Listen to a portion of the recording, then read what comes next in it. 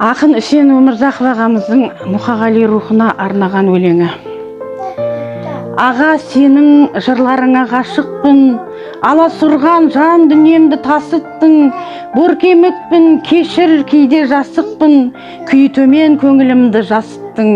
Сырласар мен өзіңменен төрімде, неге сонша аттануға асықтың. Түсінемін, сеземін, білемін мен, қан сорғалап нәп-нәзік жүрегіңнен, күзің тайып көктемдей іреңіңнен, таң көрінбей қараңғы түнегіңнен, жалынма шыдамай сезім оттың, безіп кеттің түңіліп бұл өмірден.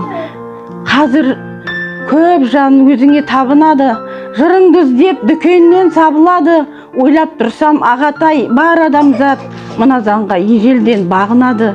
Тірісінде көре алмай жабылады, өлгеннен соң жоқтайды, сағынады.